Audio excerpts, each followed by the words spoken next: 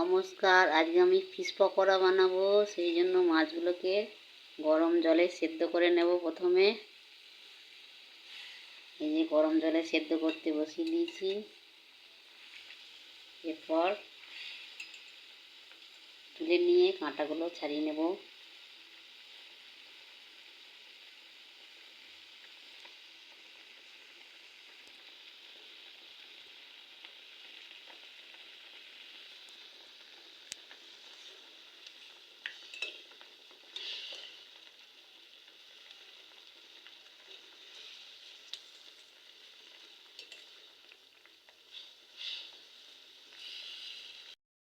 মাছ সেদ্ধ হয়ে গেছে, এবার কাঁটাগুলো আমি ছাড়িয়ে নেব মাছের থেকে। কাঁটা ভালো করে ছাড়িয়ে না নিলে মুখে ফুটে যেতে পারে, এই জন্য কাঁটাটাকে ভালো করে বেছে নেব। মাছের থেকে সমস্ত কাঁটা ছাড়ানো হয়ে গেছে। এখন আমি দিয়ে দেবো বেসন একটু অল্প করে,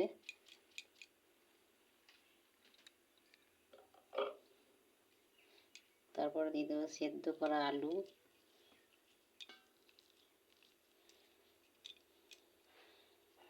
এরপর দেবো পেঁয়াজ আর রসুন কুচি করে রেখেছিলাম ওইটা, তারপর দেব আদা, জিরে আর শুকনো লঙ্কা বাটা। এটাকে আমি ভালো করে এবার মেখে নেব।